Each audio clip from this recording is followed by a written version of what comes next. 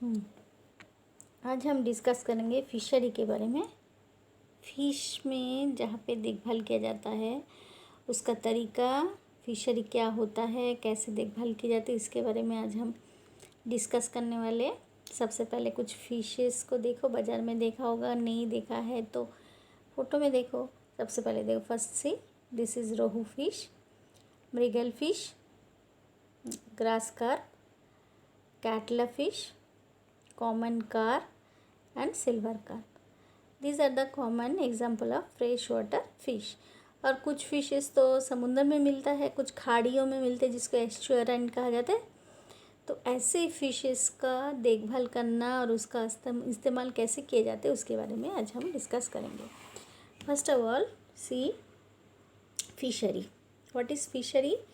Fishery is a branch of applied biology जो biology application में आता है, common day to day life में जिसका इस्तेमाल है उसी को अप्लाइड बायोलॉजी कहा जाता है। तो फिशरी उसी में आता है। And which deals with the catching मतलब फ़िश पकड़ना, प्रोसेसिंग उसको प्रोसेसिंग करना, फ़िश फार्मिंग मतलब फ़िश को अलग से देखभाल करना, and maintaining of fish and other useful aquatic animals. मतलब उसमें दूसरा चीज़ भी आएगा, भले ही वो सही में मायने में फ़िश ना हो लेकिन खाने में इस्तेमाल होता है, और एक्वाटिक मतलब पानी में रहने वाला, जैसे कि समझो prawns, lobster, oyster, muscles, crabs, ये सारे फिशरी के अंदर इंक्लूडेड होगा। फिशरी 3 टाइप का होता है। एक है इनलैंड फिशरी जो आर्टिफिशियली पुकुर काट कर उसमें उगाया जाता है, फ़िश के अंडे को छोड़कर फ़िश का बनाया जाता है, फ़िश को बड़ा होने दिया जाता है, that is inland fishery. Next marine fishery जो समुद्र में होता है, और तीसरा है एस्चुअराइन फिशरी जो एस्चुअरी में आता है। First inland fishery.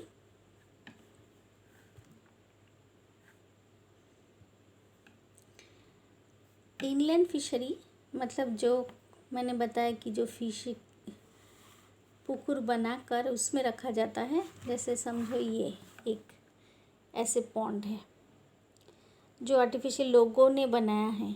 ऐसे पॉन्ड में अगर फिशेस को छोड़ा जाए और उसको पकड़ के किया जाए तो ये जो फिशरी है, देखो एक आदमी फिश पकड़ने भी गया है, तो ये आएगा इनलैंड फिशरी में। तो it includes culturing and capturing of fish from freshwater bodies like ponds, lakes, dams and rivers. Second, inland aquatic area of our country covers about 40 to 50 lakh areas. The common freshwater fishes are लेबियोरोहिता जो पहले हमने नाम देखा है, रोहू, catla, सिरेनिया मृगेला etcetera, ये सारे इसमें आएगा। Second is the marine fish जो समुंदर में है।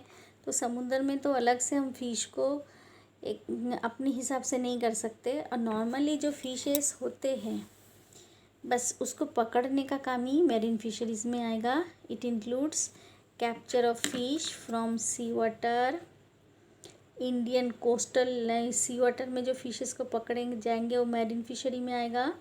फिर इंडियन कोस्टल एरिया, समझो इंडिया का जो ट्रायंगुलर एरिया है, तो ये साइड से और दोनों साइड से समुंदर है, इस साइड पे है, नीचे है और ये लेफ़्ट साइड पे है। तो तीनों जगह पे समुंदर होने के कारण ज़्यादा जगह मिल जाता है। और ये साइड पे जो लोग रहते हैं वो लोग क्या करते हैं, उसमें समुंदर से फ़िश पकड़ने जाते हैं। तो ऐसे लंबा अगर काउंट करें तो 7500 किलोमीटर लॉन्ग एरिया है जो को कॉमनली फ़िश पकड़ते उसमें आता है हार्पाडॉन जो बॉम्बे डाक, सार्डिनेला या सार्डाइन जिसको कॉमनली कहा जाता है, फिर रास्ट्रलीजर जो मैकरल, एंड स्ट्रोमेटियस पॉम्फ्रेट करके जो कॉमनली बिकते हैं, ये सारे आएगा सी वाटर फिश में। ठीक है। तीसरा आता है एस्चुअरिन फिश। एस्चुअरिन फिश में तो मतलब जो कुछ एरिया रहता है जिसको कॉमनली खाड़ी कहा जाता है। अगर समुद्र का कुछ एरिया समझो लैंड लाइन के अंदर आ गया तो उसको हम एस्चुअरी कहेंगे। एग्जाम्पल के तौर पर ये देखो, ये एस्चुअरी देखो, ऊपर का ये एरिया जो है ये समुंदर है, लेकिन उसका पोर्शन जो अंदर लैंड लाइन के अंदर जब आ जाता है तो उसको हम बोलेंगे एस्चुअराइन फिशरी। तो उसमें भी फिश आते हैं। तो it includes capture of fish from estuary. Estuary is a place where river meets like sea. Chilka estuary है, सुंदरबन एरिया में है, ऐसे ऐसे गोदावरी नदी, जहाँ जहाँ पे कनेक्शन है नदी के साथ समुंदर का, उसी जगह पे एस्चुअरी बनते हैं। तो फिश क्या करते हैं, अंदर आ जाता है बहते बहते नदी के अंदर से, तो उस समय पकड़े जाते हैं। एक गुड एग्जांपल है हिल्सा। हिल्सा फिश एस्चुअराइन फिशरी में आता है। इसे ब्रीडिंग सीजन में ही, बारिश के टाइम पे, बरसात में वो फिश अंदर आ जाता है नदी के किनारे तैरते हुए अंडा छोड़ने के लिए। उस समय फिशरमैन जो होते हैं उसको पकड़ते हैं और बाज़ार में बेचते हैं। Next, factors for maintenance of fish farm. Fish farm को मेंटेन करने के लिए क्या क्या देखभाल करना है। सबसे पहले it include selection of suitable site, जहाँ पे फिशरी करेंगे वो एक अच्छा जगह चुनना है। Nursery tank, rearing tank, stocking tank और ponds, water source etcetera. Nursery tank इसमें आएगा, ये जो छोटा हमने देखा था कि जहाँ पे फिशेस को, छोटे जगह पे फ़िश के अंडे को छोड़ेंगे, फिर उसके बाद फ़िश को बड़ा होने देंगे, ऐसे टैंक को कहा जाता है नर्सरी टैंक। उसके बाद रियरिंग टैंक, जो फ़िश को देखभाल करना, बड़ा करना, उसमें आता है। फिर उसको आर्टिफिशियली कुछ मेडिसिन देना हो, हार्मोन्स इंजेक्ट करना हो, ये सब सारे सब रियरिंग टैंक में फ़िशेस को रख के किया जाता है। उसके बाद जब बड़ा हो जाता है, बाज़ार में बेचने के लिए उसको रखा जाता है कुछ समय के लिए। ऐसे टैंक को हम बोलेंगे स्टॉकिंग टैंक, जो आर्टिफिशियली ही बनाया जाता है या पॉन्ड में भी हो सकता है। ये देखो टैंक, जैसे चारों तरफ से टाका जैसा बनाया है बड़ा वाला, फिर उसमें पानी रखा और उसमें जो जो फिश रखना है वो रखे गए। तो ऐसे पॉन्ड को हम बोलेंगे stocking pond.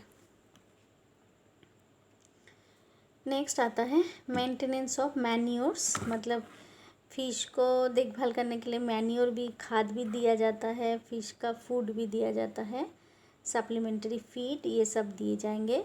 Next, the capture fishery, जो पकड़ने वाले में भी मोनोकल्चर, मतलब एक जगह पे एक ही टाइप का अगर फ़िश छोड़ा गया है स्पीशीज़, तो दैट इज़ कॉल्ड मोनोकल्चर। अगर अलग अलग टाइप का फ़िश पकड़े जाते हैं, छोड़ा जाता है, तो उसको हम बोलेंगे पॉलीकल्चर। नेक्स्ट आता है फिश प्रिजर्वेशन मेथड। फ़िश को प्रिजर्व कैसे किए जाते हैं, मतलब एक साथ अगर बहुत फ़िश आ गया समझो, फिर वो सड़ जाएगा, ख़राब हो जाएगा, तो ऐसे फ़िश को भविष्य के लिए रखा जाता है, सुखा के या तो ठंडा करके, फ्रीज करके, कैनिंग करके, और फिर उसको एक्सपोर्ट भी किया जाता है। तो उसका मेंटेनेंस कैसे कि सड़ ना जाए, ख़राब ना हो जाएगा। तो after catching the fishes, fish spoilage is prevented, spoil नहीं होना चाहिए, ख़राब सड़ना नहीं चाहिए। उसके लिए क्या करेंगे, प्रिजर्वेशन लाइक चिलिंग, ठंडा करने, फ्रीजिंग करके, फ्रीज ड्राइंग, मतलब इतना ठंडा देंगे कि वो ड्राई हो जाए, सन ड्राइंग, सूरज के धूप में उसको सुखाएंगे, स्मोक ड्राइंग, स्मोक डालकर उसको ड्राई करेंगे, फिर नमक डालकर उसको सुखाएंगे, या तो फिर कैन में बंद करेंगे, दैट इज़ कॉल्ड कैनिंग। उसका एक एग्जांपल देखो सन ड्राइंग का। कॉमनली गोवा बीच के साइड पे जाओ तो आपको ऐसे नज़ारा मिलेगा, बॉम्बे में भी आपको मिल जाएगा। लकड़ी में देखो फिशेस को बांध के, जब ज़्यादा फिश बाज़ार में बिका नहीं तो उसको बाद में क्या रखा, प्रिजर्व करने का एक तरीका देखो कैसे, दोनों साइड से बांध में से खुले धूप में रखा गया, फिर आपने धीरे धीरे जैसे कपड़े सूखते हैं वैसे ही फ़िश भी ड्राई हो जाएगा। तो that is called sun drying, और जल्दी सूखेगा भी नहीं, मतलब सड़ेगा भी नहीं, उसको फिर बाद में बाज़ार में बेचा जाएगा और ड्राई फिश खरीद के फिर उसको प्रोसेसिंग करके लोग खाते हैं या कैनिंग करके बेचा भी जाता है। Last part is the economy की importance of fishery.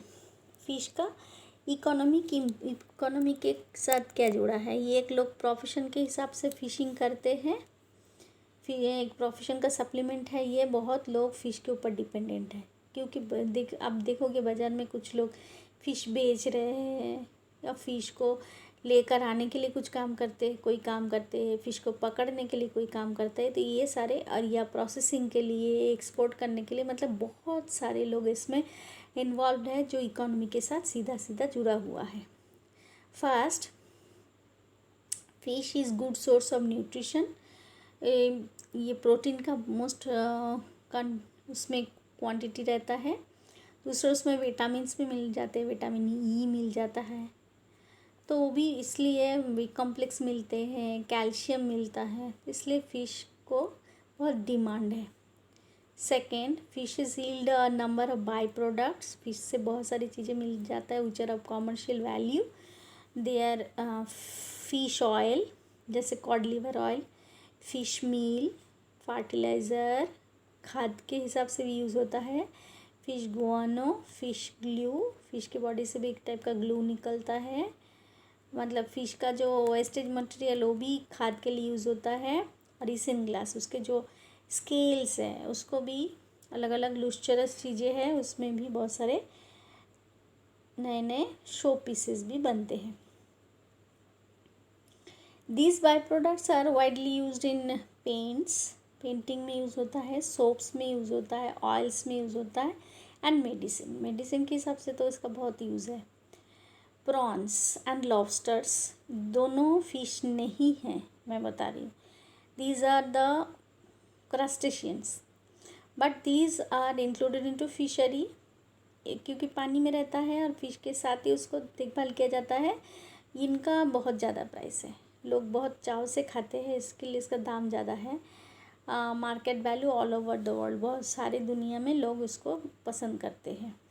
And fishery provides good job opportunities and self employment, मतलब कुछ आपको लगेगा नहीं इन्वेस्टमेंट ज़्यादा नहीं, कम इन्वेस्टमेंट में उसको सेल्फ एम्प्लॉयमेंट के हिसाब से इसका बहुत ज़्यादा उसका डिमांड है। कुछ ऐसे देखो, ये प्रॉन है, प्रॉन अगर आपने नहीं देखे हैं, ये झींगा जिसको बोलते हैं कॉमनली, दिस आर प्रॉन। और एक ये देखो लॉबस्टर, बड़ा है, झींगा जैसा ही है लेकिन नहीं, जापान एरिया पे, कोस्टल एरिया पे मिलता है, समुद्र में मिलता है। और ये भी एक फूड सप्लीमेंट है, होटल में तो बहुत पैसे दे के लोग ये खाते हैं, तो इकोनॉमिक वैल्यू इसको बहुत ज़्यादा है। Okay, so this is all about today.